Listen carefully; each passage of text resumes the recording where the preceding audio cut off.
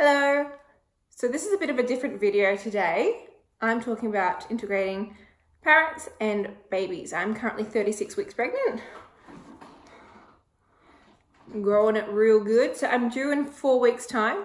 And there's a couple of things that we want to do to make sure that we integrate our parrots and our baby. And the main reason is because I am on a lot of bird forums, and a lot of parrots and birds. And a lot of parrots and birds get rehomed quite quickly after a newborn is brought into the family. The main reason, of course, is because time poor. Can you not show your butt on camera? Just move that butt, please. That butt, just turn around. There we go. The main reason they get rehomed is because change in circumstance, you can't come off time as you once could, which is 100% understandable. But I'm going to try a couple different tricks that hopefully work and can still integrate and just change together as we go along. Disclaimer, I am absolutely no expert. I just really want to basically keep my birds for life and basically integrate them the best I can with our growing family. So if you have brought a baby home and have some excellent tips and tricks, please comment below. Please let me know what you've done that I can put into what I'm doing as well. What did work for you, what didn't work for you, please let me know, and I'll let you guys know what's working and not working for us in 6 to 8 weeks time. Are you girls excited for the baby? This one's onto us. So the few things we're going to change beforehand is going to change their routine. What I mean by this is I'm usually the one who gets them up, feeds them, plays, trains, all that jazz with them. And my husband Jay does that with them too, but I'm the main one in the household.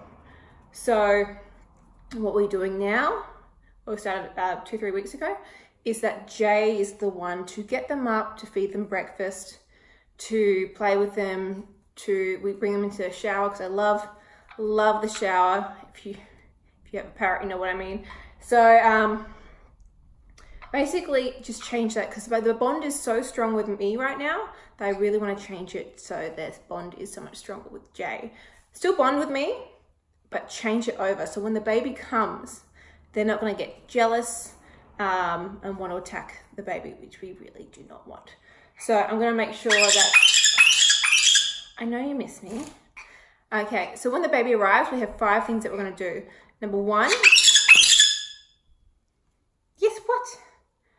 Number 1, did I miss something? You want to go on my shoulder too? Okay, there you go.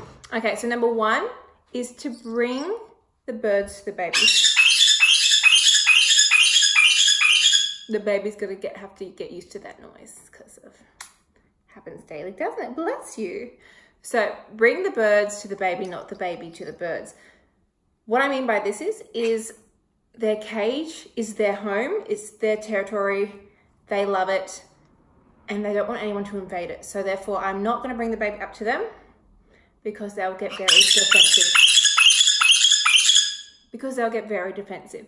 So what we're gonna do is we're gonna bring the baby to them. They haven't been allowed on any of the baby items, no prams, no cots, no change table.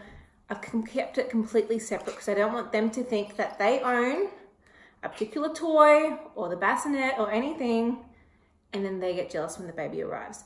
So I've kept it very separate. We've also just recently moved. So what that means is that we've kept the room where the baby is going to be separate. So they haven't been in there.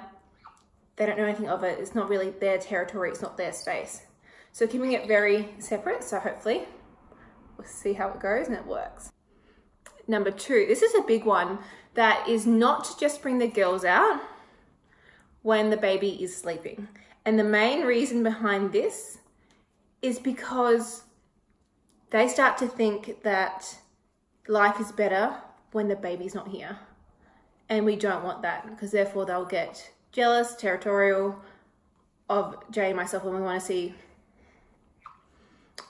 us as a whole flock, including the baby. So not just to bring them out when the baby's asleep, sometimes absolutely, but majority time to bring them out and make sure they're involved.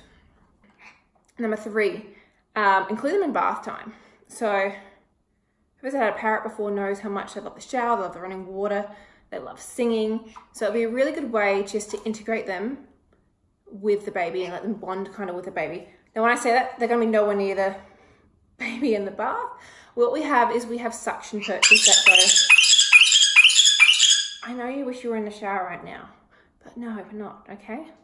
So really good suction perches. Now I just got them from eBay. They suction to the windows, to tiles, to mirrors. They are amazing. So what we'll do is when we're bathing the baby is have them up on the suction perch. It's included. Listening to the water, watching what's happening, being included in the flock, which is one of our main things we want to achieve. Number four is make sure the baby is also in the same room as them. So when they're in their cage, the baby will be here. I know the baby will be here. And it'll be in the room, but not near the cage. So they'll start to just assume and believe that this baby is part of their flock. And they'll start. Number 5 is never ever leave the birds and the baby unattended alone when the birds are outside the cage. They have natural instincts, and I would never do that. You think this one here is really cute and fluffy? She attacked me just the other day because we went on our baby moon and I went away without her for 4 days. She wasn't too happy about it. So never leave them unattended. I would be like that with any animal, cats, dogs, parrots. Be really mindful of leaving them alone with your baby. So those are the main things that we're going to try to do. We'll let you know how it goes. So I'll hopefully give you, hopefully I'll give you an update in approximately 6 to 8 weeks, see how I'm going. But we definitely love these girls and want them to be part of our flock for life.